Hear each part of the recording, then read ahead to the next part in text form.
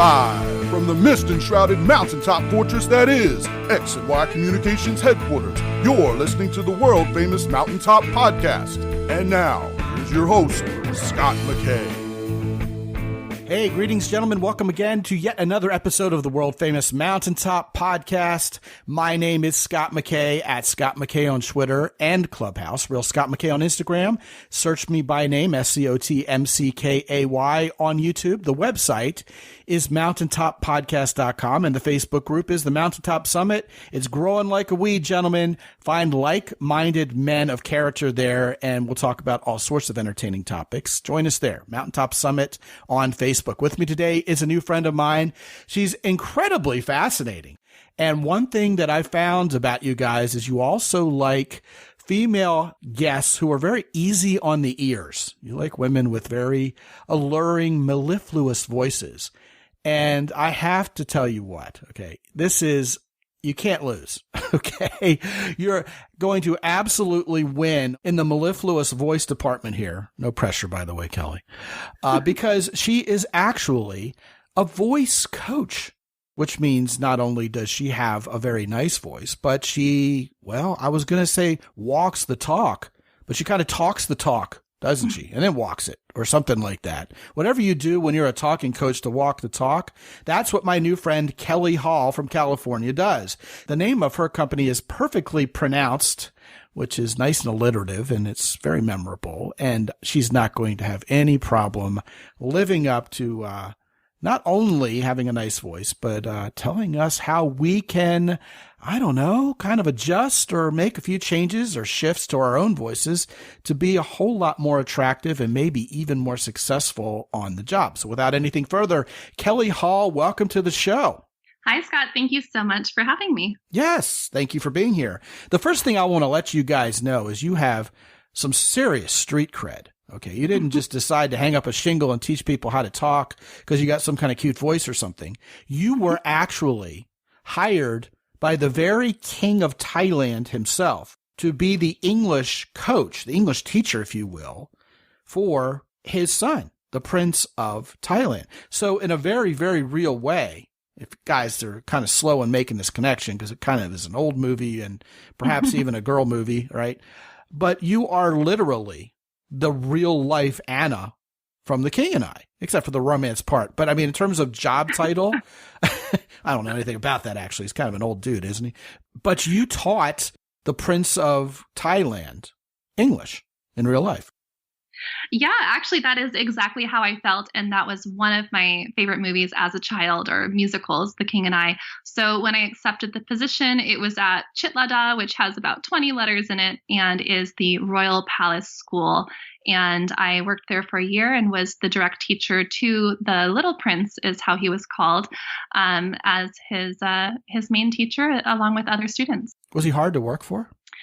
It was a very interesting thing. He definitely knew he was a prince, and some days he would come down to my office and literally kiss my hand and lead me to the classroom, and other days he would decide not to come. And so it was definitely an interesting position, but a total honor and very memorable life moment for sure. How old was the little boy at the time?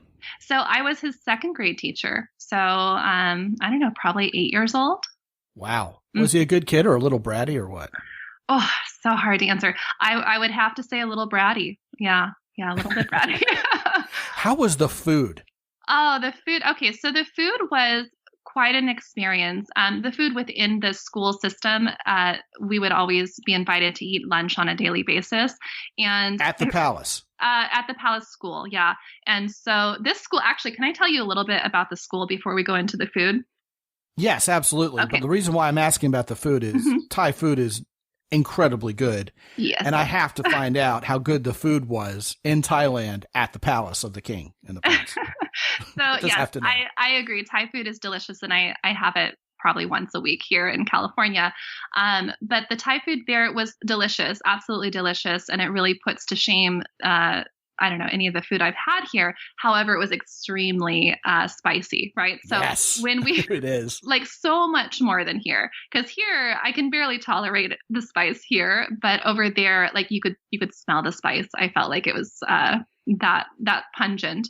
But yeah, we'd be invited to have lunch on a daily basis, and our Thai teachers would tell us, they would just point to the Thai food and say, "Not for you, too spicy," and they wouldn't even recommend it to us. But there was a whole other kind of side dish that they made for the Farangs or for us as foreigners that they thought would be tolerable, but still delicious. So, well, I mean, even here in Texas, you go to a Thai restaurant and they say, "Okay, how spicy? 1 to 10," and you say 2.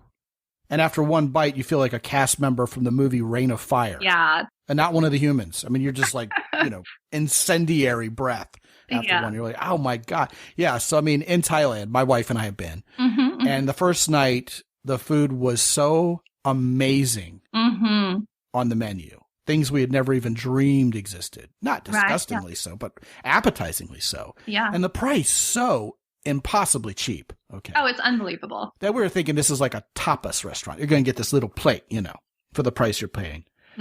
And we took a picture of the spread we bought for like $15 and you could have fed an army with it. My dad's a real smart ass. The apple doesn't fall far from the tree, right? And he posted on Facebook a comment, dinner for 2, right? Or dinner for 1. It was just me. And it was like a week's worth of food. I mean, it was an embarrassingly large amount of food. And I'll tell you what, my wife and I may or may not have finished all of it. It was so good. And even though it was so incredibly spicy, but like Thai food is so wonderfully famous for, you could taste every spice. You could taste the nuance in every dish, all the complexity, and just masterfully done. And we took the world's most dangerous tuk-tuk ride back from that restaurant to the hotel. First night, we're in Bangkok. And I quipped to my wife, I think they're running this tuk-tuk off the hot sauce we just had at that last restaurant. That's why it goes so fast. Anyway, I'm stealing your thunder, literally. Tell me more about what it was like to be in Thailand in that environment. Yeah, well, I was going to tell you about the school. So the school was an amazing experience. We, at the time when I was there was kind of some political turmoil going on. There was, I believe it was the red versus the yellow shirts, and they were concerned about us being located within the city of Bangkok. So we actually were in an area that was about a half hour outside of where the school was located. And they would pick us up I think it was like 6:30 every morning, and we would drive in through this private van. And then when you approach the school palace grounds, right, there was actually a moat on the outside of it. And the moat was filled with monitor lizards. I don't know if you know what those are, but you might have seen them when you and your wife were over there. But it was filled with these monitor lizards. And then we would travel over the bridge, and there would be to my memory, I'm thinking probably close to 20 guards or soldiers that were there, armed and everything and in uniform. And you cross over, and then there was one time we were driving down the path to get to the school, and there was a huge monitor lizard that had crawled out of the other, moat inside of the school, and it was blocking our road. And then if you'd walk on the palace grounds, there would be peacocks that were running around. And that was the first time I'd ever heard a peacock scream. And, they're so beautiful, but then you don't realize the noise that they make. And so I remember being amused and amazed by that. And the school itself, so one of the princesses, she actually found some fossils years ago. So the school had these giant, 3-story high dinosaurs that when you would eat lunch or your breakfast or, eat in the eating area, there would be a T-Rex over the top of you. So it was just a very unusual experience, but just so beautiful. And it was, like I said, just a memory for my entire lifetime. Well, cool. The T-Rex seems amazing, but I tell you what, those peacocks are one of those phenomena in life that sounds really good on paper. We'll have these really pretty birds wandering our grounds, and they're going to be so beautiful. And then the first night you have to live with those critters, you wish it were your last. I remember when I was a kid, one of our neighbors, probably about a quarter of a mile away, had a very private property, and they had peacocks on it. And it was so haunting. It was horrifying to a 3 or 4-year-old kid at night, because you're hearing these voices out in the neighborhood, let me out, let me out, and my parents sat me down and said, okay, that's a bird. Okay, it's not a human being screaming for their life. Oh my God. You're good. You're all right. And they is actually so funny. took me over and had me meet the birds. I'm like, oh, they're really pretty and everything. But man, it was still crazy at night to hear those birds screaming. I'm sure. Yeah. Yeah. Oh, yeah, for sure. But boy, I'll tell you what, in that part of the world, of course, that's where peacocks are allegedly indigenous. Mm-hmm. And I'll never forget the first time I flew the national airline of Sri Lanka. And all the flight attendants were wearing saris with peacock feathers on them. A print of peacock feathers. Yeah. Yeah. Yeah. It's a huge, huge iconic symbol in that part of the world. Probably all the way from Turkey, where the peacock feather eye is a symbol in their culture, all the way over to Southeast Asia like that. Yeah, very much so. All right. So let's get on to what we are supposed to talk about here, as interesting as all this cultural stuff is. And that is our voice. Now, tell me, Kelly, you're going to be a biased opinion, obviously, but just for the record, I already agree with you on this. What are the nuances of why our literal voices carry so much importance in life? Obviously, we can have a voice when it comes to having an opinion politically or in terms of something we're very strong about. But we're talking about literally the sound our voice makes here in this show, just to give these guys some context. What are the nuances of why that's so meaningful and important and perhaps underestimated for a lot of people, huh? Well, our voice is truly part of our identity, and everything about the vocal quality is something unique to you. And just the voice overall is a mark of who you are. So it's very important how you use it to express yourself. Yeah, when you meet someone and their voice doesn't match the rest of their persona, like how they carry themselves, how they look, then there's this disconnect there. And anytime something is not as expected, it can be off-putting at best and creepy at worst, right? And you're talking about one of our major senses here. Out of the 5, sound is an important one. And your voice is how you sound, right? Absolutely. And it is, I would say, the primary thing that people pay attention to and connect with, right? Our emotions are shining through our voice and how we use it to emphasize different things.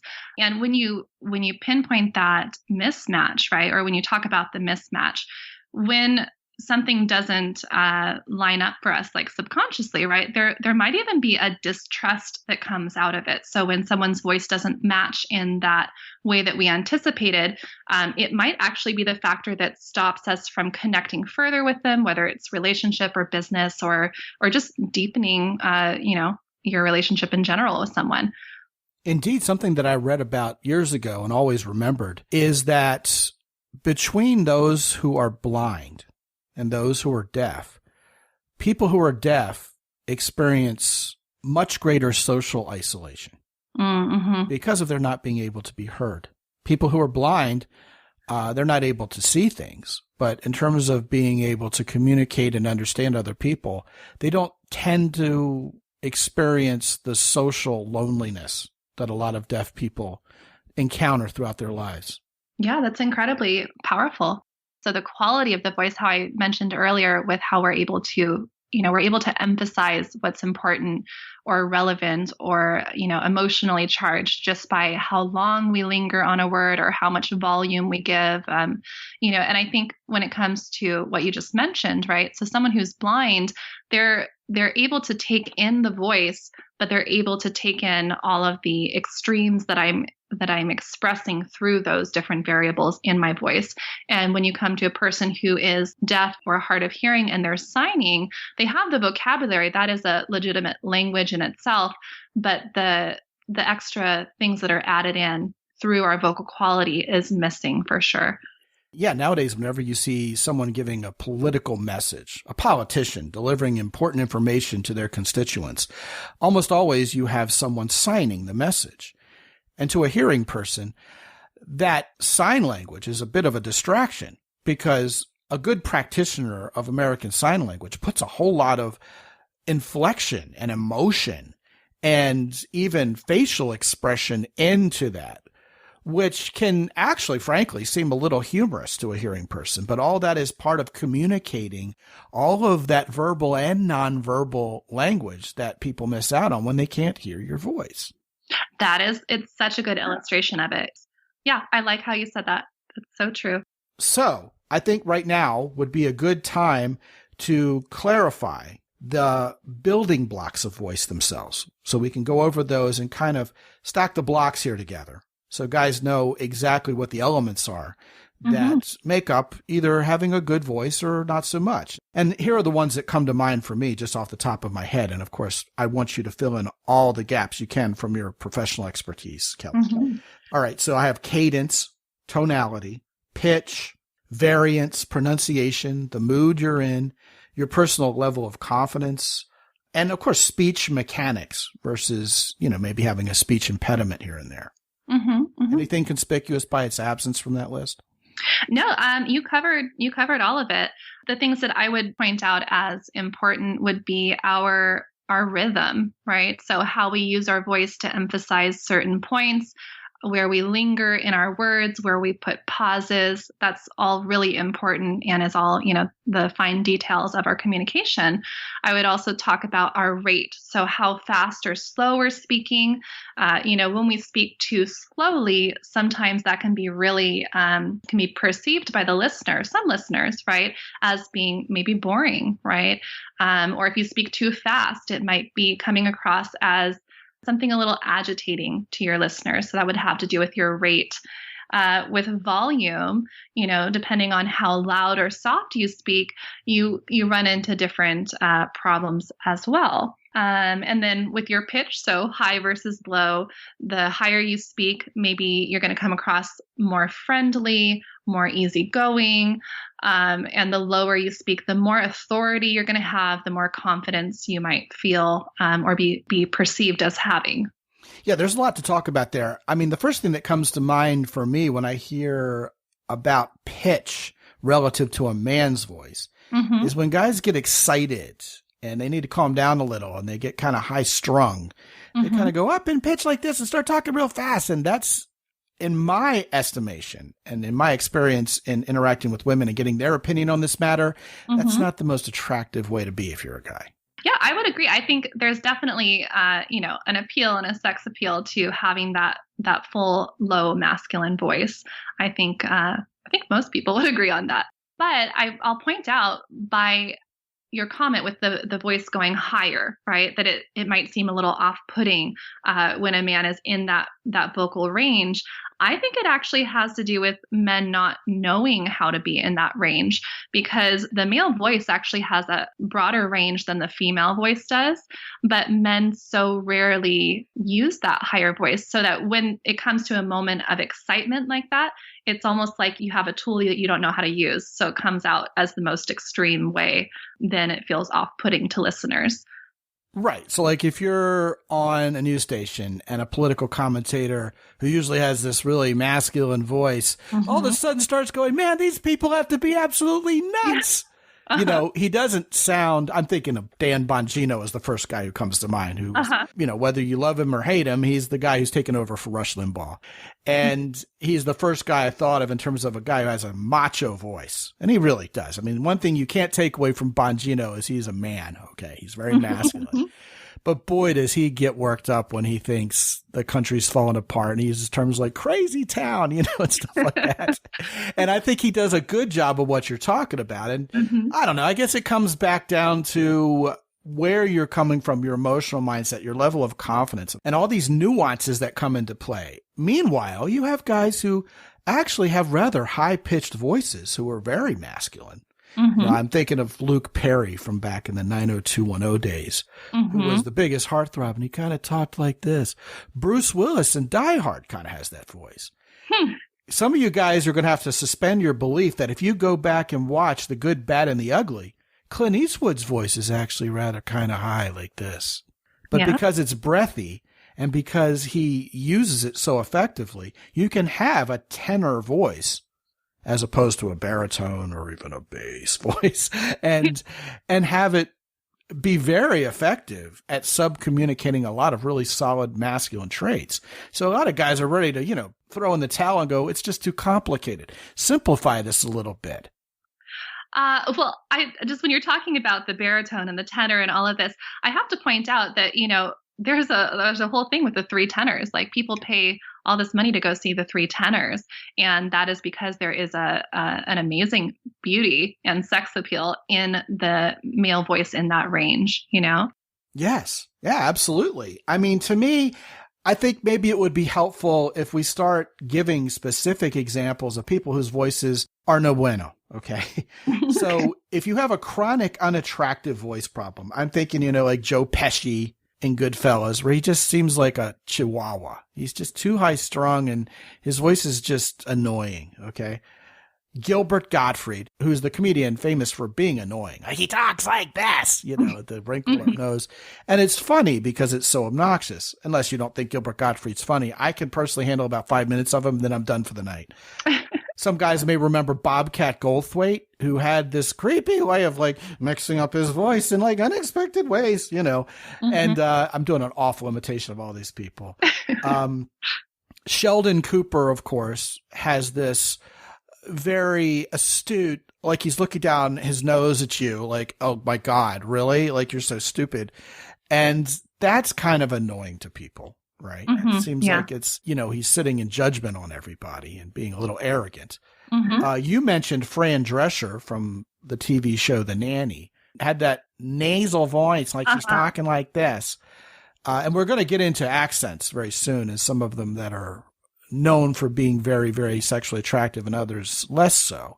But, the list goes on and on. One of the ones that we were laughing about before we started is the example of Steve Urkel, which I've mentioned before on this show because it's such low-hanging fruit, from the old TV show Family Matters. And the actor who played him, Jaleel White, talked very normally and had a very nice voice in real life.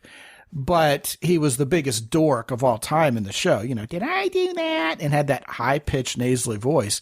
And I specifically remember one episode where he built a machine that made him cool. And when he emerged from the machine and was Stephen Urkel, or whatever he was cool and suave like this. And the audience just erupted, right? It was such a transformation.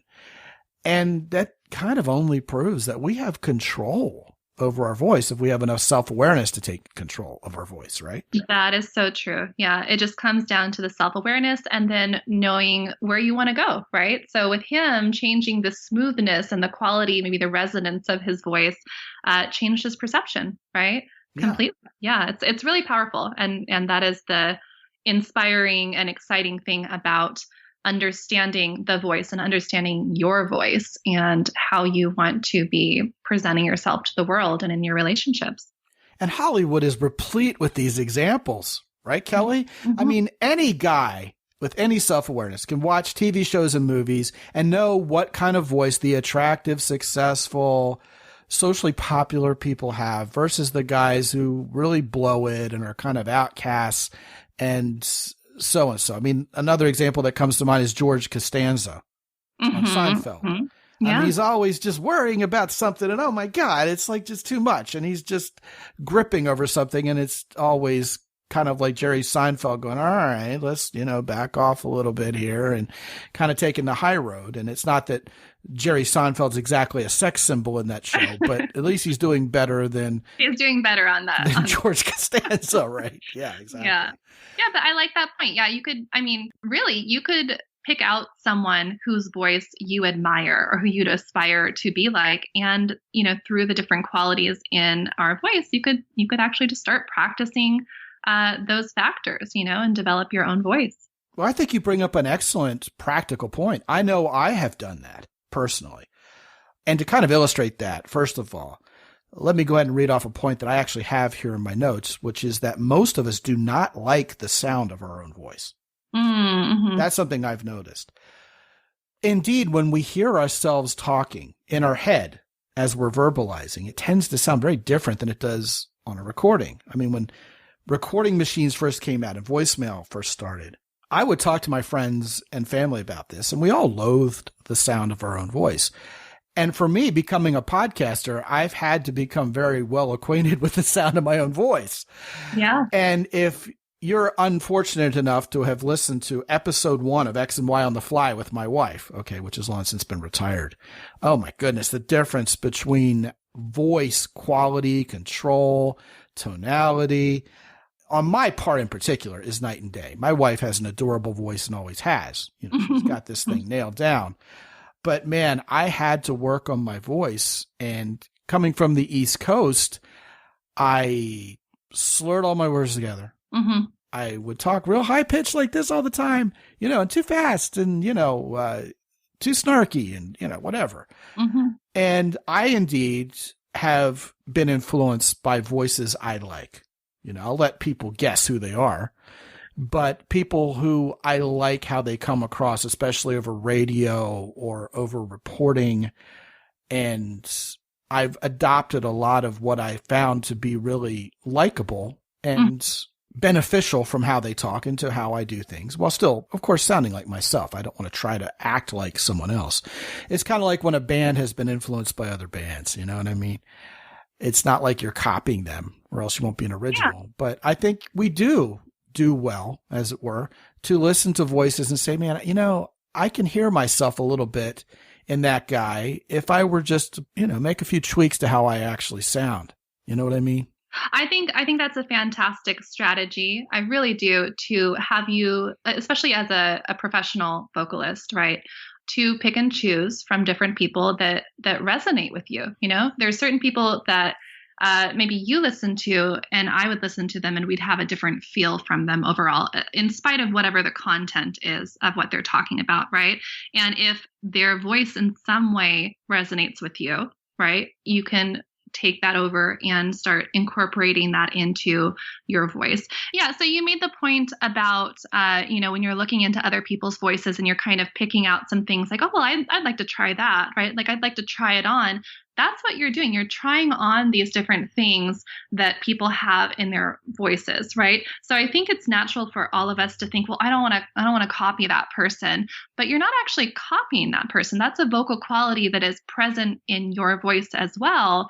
You just have not tapped into it. So by seeing that other person, or I should say by hearing that other person, it's just, you know, opening your awareness to that vocal quality. And then it's up to you to go and try it on, just like you're going to a dressing room, trying something on.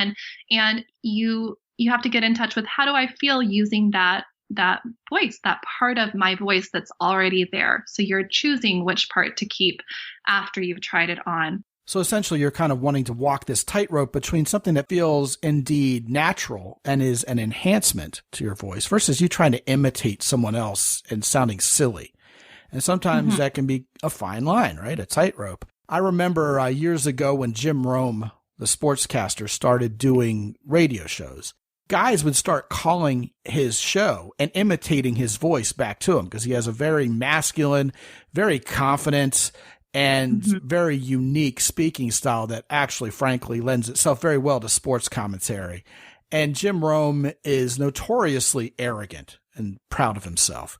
And he started labeling his own listeners clones. He would just call them the clones. You know, some people would call themselves like whatever nation or whatever sports nation. He just called his guys clones. He's like, okay, clones, because everybody would call him up and talk like he did. And it was really strange and odd. And, you know, these are guys with Cheeto fingers living in their mom's basement trying to call him and talk like he does, trying to act all cool. And these guys really essentially just made themselves look dumb, you know, not necessarily completely humiliating themselves, but it was just a weird phenomenon. And he kind of seized on that for his brand. And that seems maybe to be, you know, sort of subtle example of what we're trying not to do here, right? Yeah, definitely. I wanted to make a point about how you mentioned it's like walking a tightrope, or it's a fine line between finding, when you're trying things on, right? It's a fine line between trying to see what suits you best. And I don't think it comes down to what feels most comfortable, because I would say that when you try on something new, especially with your voice, right, that's something so core to who you are, I think you are going to feel uncomfortable, like from the get-go. And so I think it's important to choose be confident in who you're choosing, what aspect of their voice you're choosing, and give it a little bit of time, right, for you to get used to this new comfort zone, right? So when you try on something else, you're out of your comfort zone, I should say, but give it a couple times of trying to speak louder or with a little bit more breathiness or a little bit slower or emphasizing certain words more, give it some time so that you can really know whether that is a part of your voice that you want to keep cultivating. Yeah, a couple things that come to mind here is, first of all, your speaking style has a lot to do with your culture. Mm-hmm. And not only internationally or interethnically, but even basically from what neighborhood you're in, what area of work you're in, what your profession is, the group you want to hang out with, how they talk, what they're into. It isn't so much that you're necessarily trying to fit in with someone you don't fit in with, but communication is important in this life. Getting along, resonating with each other, finding common ground with people is absolutely mission critical to social success. And if we want to be a part of a certain group, talking in the same vernacular, in the same tone of voice, with the same inflection that they do is perhaps meaningful. I think that is the fastest way to infiltrate into any group that you want, is by using their prosody, like how they're speaking, even more so than vocabulary. Yeah, I think being able to match your voice to the community you want to be a part of definitely would do wonders for you.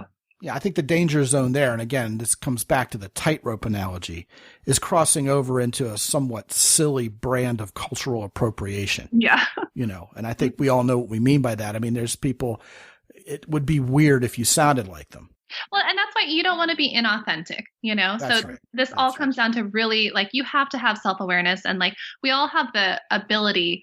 Maybe some of us need more help than others, right? But I would say we all have the ability to change our voice and to, try on these different pieces.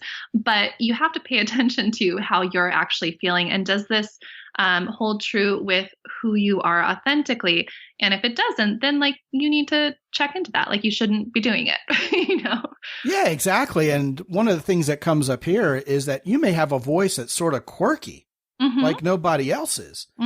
And that's not necessarily a problem as long as it's fully congruent with your persona. In fact, when done right, and there's that word again, authentically, it can convey a huge amount of confidence and just make people love you. Several examples come to mind. I'll mention only two, both of them from years past. I date myself so often in this show. Man, I'm getting to be an old fart. The first one that comes to mind is Truman Capote, who had a very unique speaking voice and was not only very proud of it, but it was in large part what made him publicly famous as an author. Was he had this very unique, engaging speaking style. So much so that when Philip Seymour Hoffman played him in a biopic called Capote, he won the Academy Award for it because he nailed it, right? The other example that comes to mind is the world's most famous ukulele player of all time, Tiny Tim from the 70s. Who had this long cascade of curly hair and got on stage with a ukulele and sang in a falsetto voice. People were shocked when he was that guy after he stopped singing. It wasn't an act, at least apparently not. And the quirkiness of his persona combined with that authenticity of his very unusual voice and his speaking style made him beloved. I mean, he was a flash in the pan because a guy like that doesn't have a very long shelf life. Okay. Too quirky.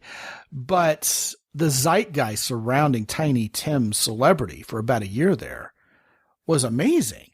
And people just love the authenticity of this guy just not freaking caring that he was anybody other than who he was.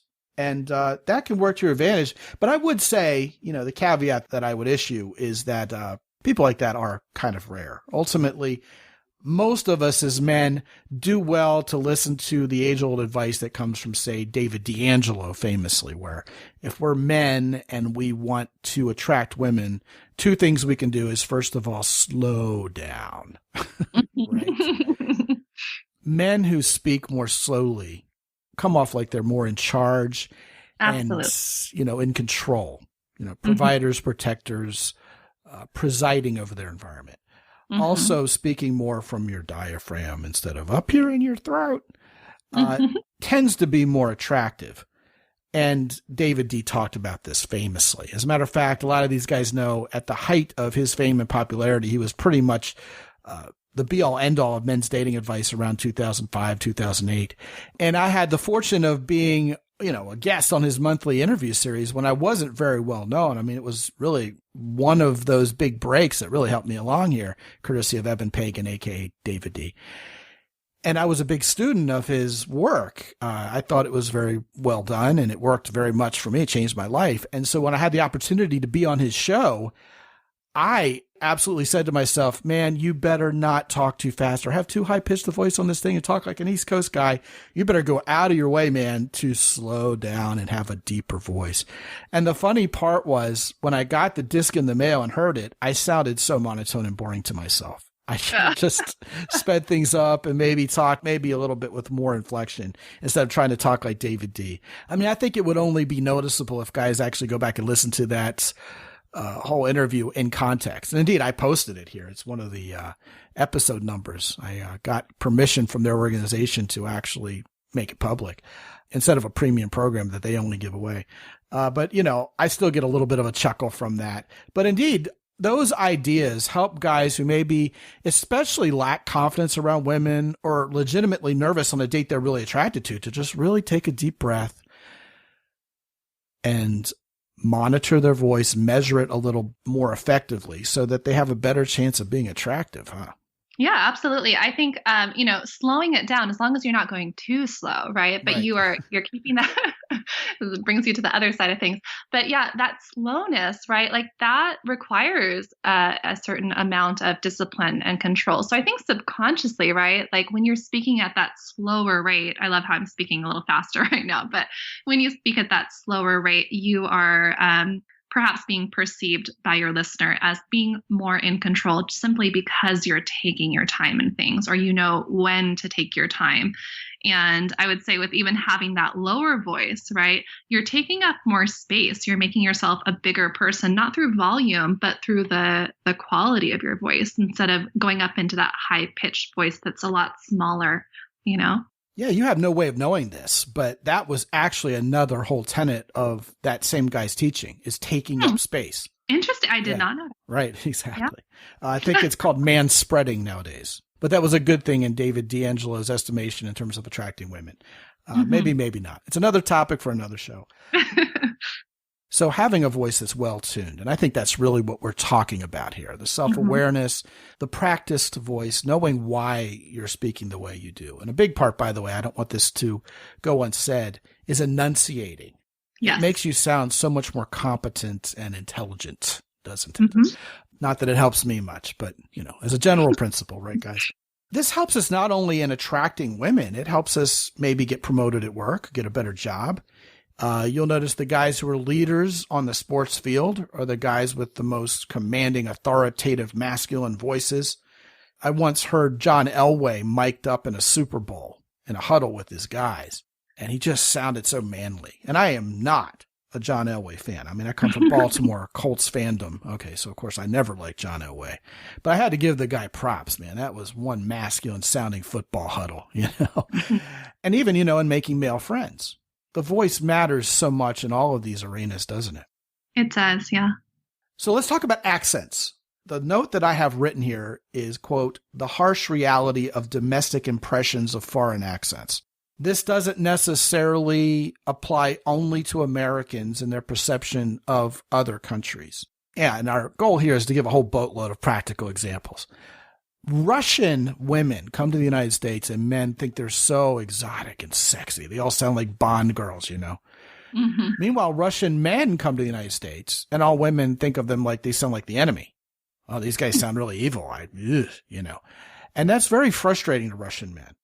Guys who come from India, the Indian subcontinent, often come here and find that women find their voices rather unattractive. Guys come here from mainland China and find that women don't find their accent very attractive. Meanwhile, guys come here from Ireland, Italy, Brazil, Spain, other parts of Latin America, certainly Australia, and women are just like, and they're throwing their underwear on stage at these guys. What's going on there? So the languages that she mentioned, right, they're all connected to those Romance languages, basically. So they're more similar to English, and I think there's a familiarity there that is making them, I don't know, attractive, right? When it comes to the other languages you mentioned, so Russian or Mandarin, or what was the other one you mentioned? Well, I think you could throw Arabic in there. Arabic as well, Yeah. right? So they're just a little bit further away in similarity to English, but they are missing. Well, I guess the point in bringing that up is that the stress, where we stress things in our words, and the rhythm of our speech is more similar or more easily obtained by these speakers who their language is not too far off from English. But in Russian or Mandarin or even Arabic, the stress is off, or the melody of speech is not as similar. So, a Mandarin speaker, might be coming across as a little too maybe sing-songy with their pitch, or they might come across as a little choppy, or like a Japanese speaker would be possibly more choppy.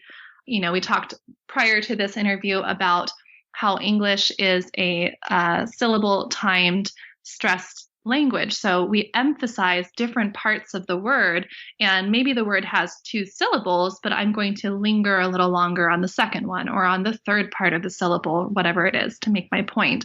So the languages that don't do that, they come across as very boring or annoying, or just maybe even unintelligent, even though they're not, right? And these speakers have mastered a second language, a third language. They probably know more vocabulary than I do, but simply because of how they're using their voice, they are prone to being perceived in these negative ways, unfortunately. Well, the English-speaking world is a very arrogant one. Yes. I mean, we are basically the international language. Mm-hmm. Most guys don't even realize when they get on an airplane, the pilots are all speaking English to the towers worldwide. It just, well, of course they are. That's how we think. But the big joke internationally is how all Americans are monolingual. Mm-hmm. We don't know any other languages. Therefore, every other language sounds explicitly foreign to us. Mm-hmm. Now, in English, the emotion of our voice matters so much. Like I said, so with about 6 syllables, right, on purpose to illustrate that. Whereas in Chinese, Mandarin Chinese, a syllable can go upwards or downwards or right across. Mm-hmm. And just to kind of illustrate this soft arrogance of the English-speaking world, I'm not even sure if it's soft. It may be very blatant, at least to other people. Maybe that's a softly arrogant thing for me to even purport, right? So many people, especially here in the Western world, find Eastern culture so exotic and so different, and kanji characters so unique and unreadable to us, that we think of all Asian languages as kind of being lumped together. Like basically they're all speaking Chinese, which couldn't be any further from the truth. Mm-hmm. I mean, Japanese, by comparison to the aforementioned Mandarin Chinese, has pretty much a fixed tonality, especially compared to Mandarin or even Vietnamese. So when a Japanese person talks, they talk more like this because that's how their language goes. Yeah. Right. So it's more timing and force behind the words than it is the tonality. Like, what are you, crazy? Or this person's crazy. We could do that in the United States and people still understand the meaning of the words. Whereas if we say the Chinese equivalent in Mandarin of crazy or crazy or crazy, it can mean 3 different things. Yeah, change the word completely. Right, exactly. Yeah. So that emotionality of how English is delivered is sometimes lost on, people for whom English is a second language. And, as an aside here, I also don't want to discount domestic accent differences. I mean, people who come from the Kentucky hills are sometimes automatically viewed very differently than someone who comes from New York City. Oh, yeah. Right. Or someone who comes from Texas. And a certain stereotype is applied to how those people talk. I mean, I could give the example of a company that was based in Boston and had an in-house inside sales force. And they basically went out of business because literally everybody in every other part of the country thought their sales force was really abrupt and kind of upfront and rude. And really, they were just Bostonian, New England accents, Yeah. And it's not their fault. But even domestically, our accent really does matter. What if you're a guy and you want to change the perception of the accent you have naturally? What do you do? It really depends on what aspect you want to change. So it comes back to, like we were discussing earlier, picking out a type of voice you would like to try on, right? So depending on, let's say you're a speaker who is being perceived as aggressive, right? Maybe you're just speaking too loud, right? So first thing is self-awareness, maybe recording yourself both on video and, actually recording your voice, looking at your voice and how it's moving. But if you're coming across as aggressive, first thing would be to reduce the volume and see how you're being perceived that way, asking for feedback from, friends and people that you trust. And then going out and looking for people whose voice you like, but that person is being perceived as not aggressive, but confident, or really strong, but they're not having that negative connotation that you would like to, distance yourself from. Sometimes guys also find that their voice is a lot more effeminate than they would like it to be. Mm-hmm. And it's very frustrating for straight guys to be thought of as perhaps being gay when they're not. Mm-hmm. If you're a gay guy and you're in that culture, that's fantastic. Mm-hmm. But it is very frustrating and sometimes hurtful to men when they find that people are perceiving their voice as not masculine. Mm-hmm. You have a couple quick tips for guys who can make their voice more masculine right now? They need to access that lower range of their voice. So I would say even doing a singing scale where they're starting from their chest voice, and they can check it by most men are always speaking in their chest voice, but you can put your hands on your chest and speak at a low range and then go up and down the scale with your voice, just building that awareness. And if you find that, you don't have a lot of vibration in your chest, you might be in that towards that upper range, right? So the more you bring your voice down into your chest voice, the more vibration you're going to feel. So it's going to come down to, once again, building awareness, right? Recording yourself and practicing, actually using that deeper voice, and not just practicing it on words, but conversationally. So think about or imagine where you want to be using this voice situationally, and actually kind of rehearse it like you're an actor. It's going to take repetition. It's not going to just happen overnight, especially if you're in a community, where people have more of a feminine voice. Well, you're kind of fighting an uphill battle in that sense. So you need to be able to really refine the tools that you have, so you're speaking in a more feminine voice because you've been building up that muscle on that side of your voice. So you need to think of it like that. You maybe do a daily workout, add this to your daily workout, make it a habit. And you'll notice really quickly, once you start incorporating your practice, whatever it is, you're going to see more success in it. It's going to go into autopilot or muscle memory, and you're not going to have to think about it. So you're going to have more control of your voice. And Kelly, you can help these men in very specific situations with one-on-one coaching, can't you?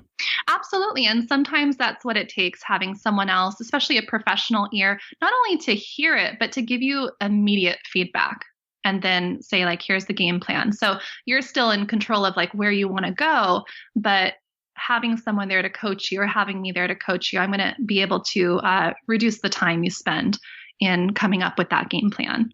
Fantastic. And we can already tell from this episode that you're a kind-hearted, non-judgmental sort and very easy to work with, right? Thank you. Yes, I would love to be perceived that way. Right on. Well, before I send these guys to your website, I want to invite you back on already to talk about women's voices. I would love that. Yes, because I think that would be a whole separate show, and I would love to talk about that. And I think these guys would really greatly enjoy that.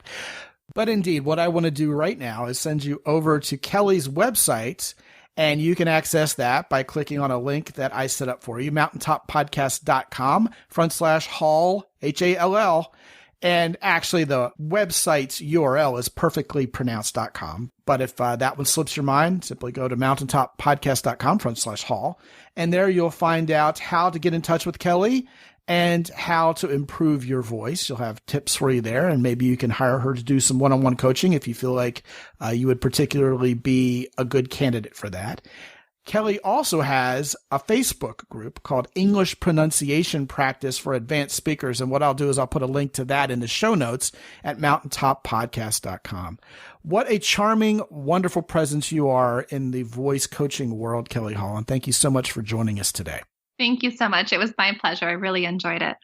Yeah, absolutely. And guys, if you haven't been to mountaintoppodcast.com, it's time to stop talking and do more acting. See what I did there? Yeah, this show today was all about your talk. Let's talk about putting that talk into motion and walking it. Let's get the woman in your life who you've always dreamed of. You can do that by clicking the red button in the upper right-hand corner at mountaintoppodcast.com, getting on my calendar and talking to me for absolutely free for 25 minutes about where you are and where you would like to be. We can put a plan of action together, or maybe I can simply recommend you to one of my downloadable programs that will help you get the success you're looking for. And while you're there, as always, hey, you got to check out the guys from Origin in Maine. They got the greatest jeans you have ever worn. Wait until you see their bison boots. I have a pair courtesy of those guys. It is absolutely, positively my favorite set of shoes. Also, check out what Lucas Rui and the guys over at Hero Soap got going on. Guys, every bar of soap from those guys lasts like a month, and I take a couple showers a day because I'm a gritty, smelly dude like the rest of y'all out there. Yeah, don't pretend you're not, especially with summer coming upon us fast. It was already 90 degrees here in Texas. Man, got to tell you what. You need some Hero Soap in your life. Get yourself some body wash while you're at it. And if you have still not had the pleasure of taking a shower with someone female using that body wash, you are indeed, and I've said this before, missing out on one of the great pleasures in this life. You can use the code MOUNTAIN10 with Origin in Maine or herosoap.com to get an additional 10% off of your order. It's all there for you at mountaintoppodcast.com. And with that, until next time, this is Scott McKay from X&Y Communications in San Antonio, Texas. Be good out there.